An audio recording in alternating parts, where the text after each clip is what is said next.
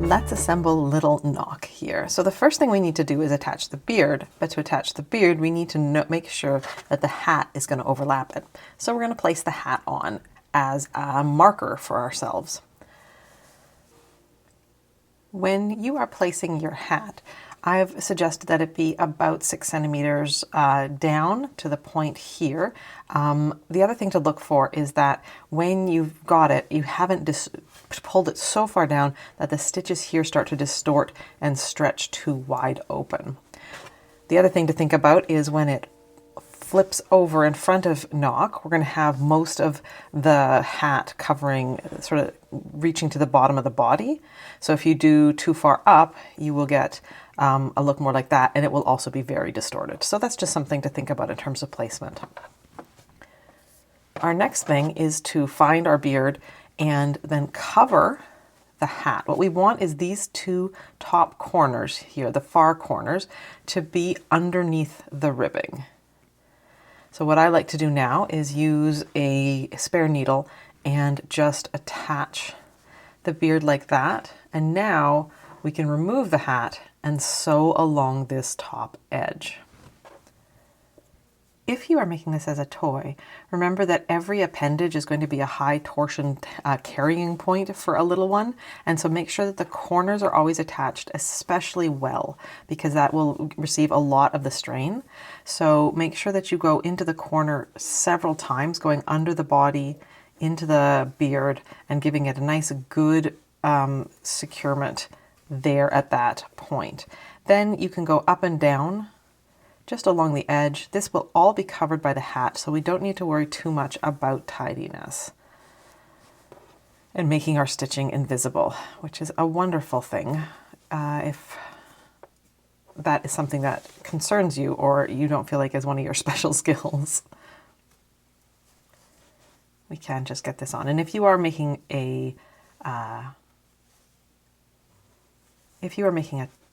decoration rather than a toy, you do not have to attach it in very many points. If you were making a toy, then I would suggest attaching almost every single garter ridge, because again, anything that sticks out from the gnome will be a point that a child carries the gnome with at some point.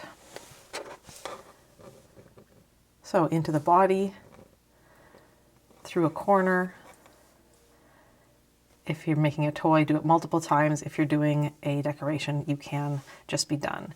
If you are making a toy, I do suggest knotting the yarn. So go under part of the beard here, just away from the edge. I just don't want to make a knot right where it might peek out accidentally from the hat. So go under the beard loop. Go under going under the edge of the beard here, just make a loop and go through that twice. And that's how we will make a knot. Pull this way with this hand and gently nudge it downwards with this here. And then just plunge the needle through and pull really good, and that knot will pop in, and we will trim that up and get it out of our way. To make sure I've got that right and that the nose will be in the right place, I always put my hat back on. Let's just do a quick measure again to make sure we're at about our right place. So that's about 6 centimeters there. I might go a little higher than, there we go. 6 centimeters is about, what, 2.5 inches, 2.3 inches. All right, so that's about where I'm gonna put mine. So now I can use that as a target for my nose. I want my nose just to be here at that nice top of the chevron shape we've created with all those decreases and increases. I've got two ends on my nose, and what I can do is bring one through sort of to the side of this center stitch, just going through the beard, and then do the same thing with this other end on the other side of that center stitch. So now I'll go just to the side there. All right, now I can pull both of these ends nice and tight and see how things are looking. I always orient my gnome noses so that they're not sideways like this with the stockinette, but that the stockinette is vertical the way it is on the body.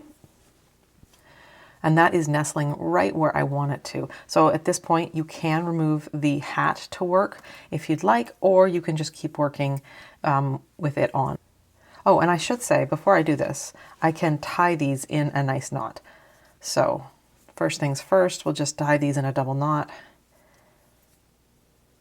end over end, like we're tying a shoe, and then just repeat that. It is always a nice thing about when we have a nose with two ends, and we can just lock it onto the beard like that. So I'm going to tip the nose forward. So first I can see where I've made my knot, and I'm just going to go above that and tip my nose forward a little bit. And so I can come up above the nose. Now I've got it anchored to the beard there, and I can just go through the back of the nose here, up at the top third of the nose. Go back down. Now I'm going to go back through the beard, and again through the nose. And I've made sort of a circle shape. So I've gone in this direction on the beard, and then up and that direction on the nose. All right, you can see the hat is sliding up as I'm working.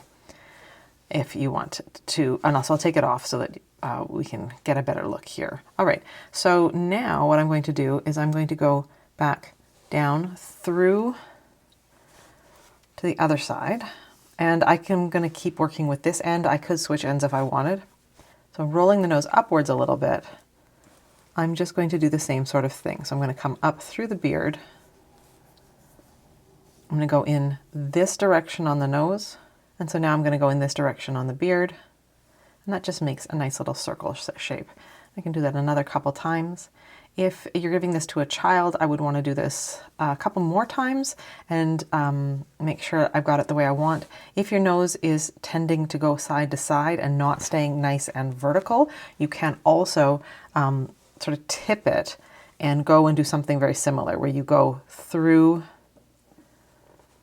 the nose here on the side of center rather than above and below center, and then just kind of lock it in, making sure to be quite close, because this is a little more visible to the public side of the gnome. And just do that on this side and then on this side, and that'll lock that orientation a little bit more for you.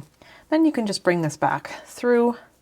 If this is a toy, I would then knot this again.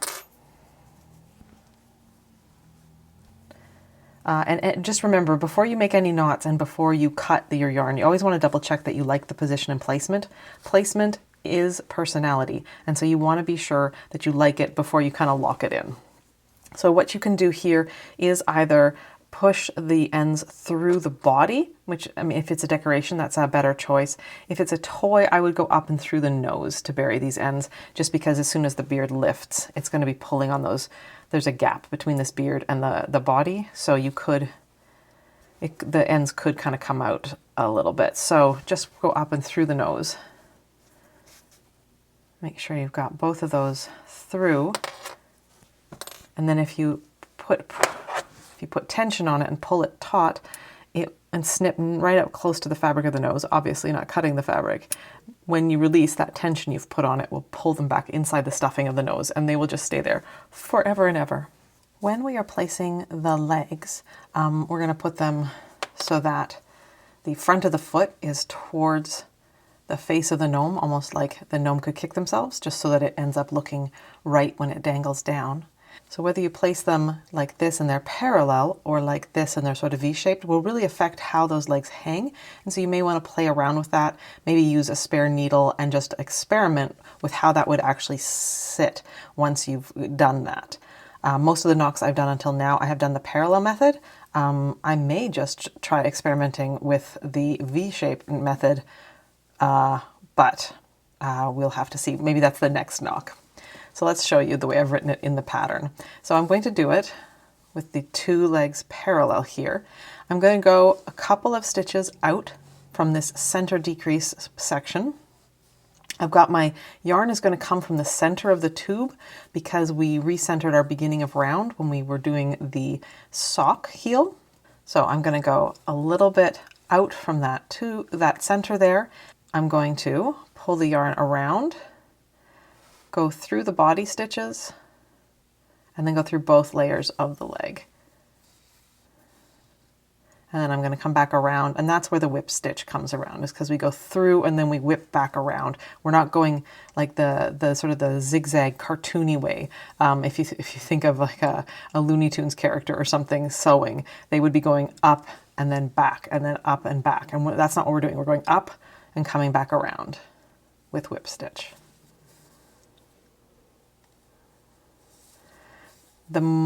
Those of you doing a decoration do not need to do a lot of hold points. Those of you doing a toy need to do super lots, because the odds that this gnome will be carried by its legs are extremely high. So I would do this maybe twice, and make sure to leave maybe more yarn than I told you to in the pattern. It's a bit late now, but and then you would I would go under the leg here and come up over here forward of the leg, and I would probably tack it down a few times right there, so that there's a catch point before the final point there for the leg. And I can see that as I've been working, my leg has actually wandered over and it's right at the center. So I'm actually going to take mine out and redo it. So that's an important point, is that sometimes things shift where we thought we were attaching them. We didn't do a great job of holding it where we meant to place it. So you just need to kind of check in fairly often as you work, because position is so much of the personality of a toy. We want to get it where we intend. If you like the look that the designer had, then follow sort of the designer's placement. And if you want to change things for something you like, then just remember to really keep that in mind as you go. You can now tie a knot if you want, or if it's a toy, or if it's a decoration, just put the yarn needle through and come out somewhere. And again, as you've probably heard me say 100 times, if you've knit more than one gnome, pull taut, snip next to that fabric, and it'll disappear inside. Our very last thing to do is to sew down the hat. So place it so that the peak of the hat is snuggled right down over the nose there. And then if you've got one of these super colorful yarns, you're going to want to find a color that when you sew over, we're going to be sewing over these pearl bumps here in the ribbing, so that when we sew over them, it's not too attention grabbing. So this brown's not a bad choice. The next color when I pulled out the ball was this red, which I think would be very attention getting. So that's probably not a great choice. Let's pull a little bit. Well, actually, if I pull from the outside, how about this one here? That's actually perfect. Okay, so let's put away all this extra yarn here. And just from the outside of the ball, I'm just going to grab some of this light greeny yellow here, which I think will suit us perfectly. So you're going to need enough to go around, I'm going to say about 8 inches or so, which is about 20 centimeters. If you are doing a toy, you'll want more than that because you'll be attaching at more points. So start over here by one of the points of the thing, and I'm going to go on the other side of the central double decrease line, because behind things is always a little more stealthy than in front of. And I'm going to leave the end just sort of trailing. So I'm going to go down through the hat and into the body, and I'm going to come up over here by this pearl bump right in this column here. So now let's leave this long enough that I can deal with it when I'm done. And I'm going to go over that pearl bump, go into the body, come up over here. So I've skipped one pearl section of the ribbing there. And I'm not pulling too tight so that it buckles. I just want to be securing the hat. So go down on one side of the pearl. So I'm coming up on this side and going down on this side.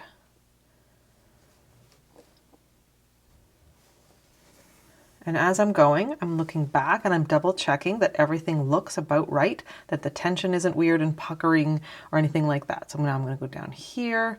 Because this is the center of the face, I will probably go down there and come up right away on this other side so that I make sure, rather than skipping forward a pearl ridge, I'm just gonna come here And I'm going to make sure that the center of my hat is exactly center face and things are looking really tidy there. There are always on any toys sort of key points of attachment where if you can get that right, everything else looks fine, and our eyes don't even like really pay attention critically. But the face area of toys is a high focus for our brains, and so if we can get that area right, you are going to be golden. I do know of some people who have plans to make seasonal hats for their knock. So they are not actually sewing their hat on, and instead what they're going to do is they're going to keep their hat something they can take off, and then they can put, you know, sort of like maybe a more floral colored hat for spring, and maybe something, you know, if you're someone who celebrates Christmas, you could do something a little more Christmassy around December, and or maybe even sort of a Santa hat. So that's something to think about if you're someone who wants to have lots of gnome decor without necessarily owning a lot of gnomes. That would be a fun way to do it. All right, having worked around to the beginning, what I'm going to do is I'm just going to pull my needle through to the other side. I'm going to do the same thing with the end that I left trailing when I started. And you can see I don't have a lot of end left, so it never hurts to go a little extra long and be extra generous with your ends. All right, so now I'm going to tie these. Nice double knot there. I'm going to thread them on the same needle so I can do it in one fell swoop, but if you have to make 2 passes, don't worry. And then I'm just going to slide them up and into the body and pull those yarns in there. Pull that tight, snip, vanishes. And now all that's left for me to decide is if this knock is a left-leaning or right-leaning knock, or let her change as the mood takes her. So knock here is sweet and charming. I've leftover glasses from my Nana's visit pattern, so I think at least one of my mini knocks here is going to get glasses. And I hope that this video has helped you and that you are happy with your knock.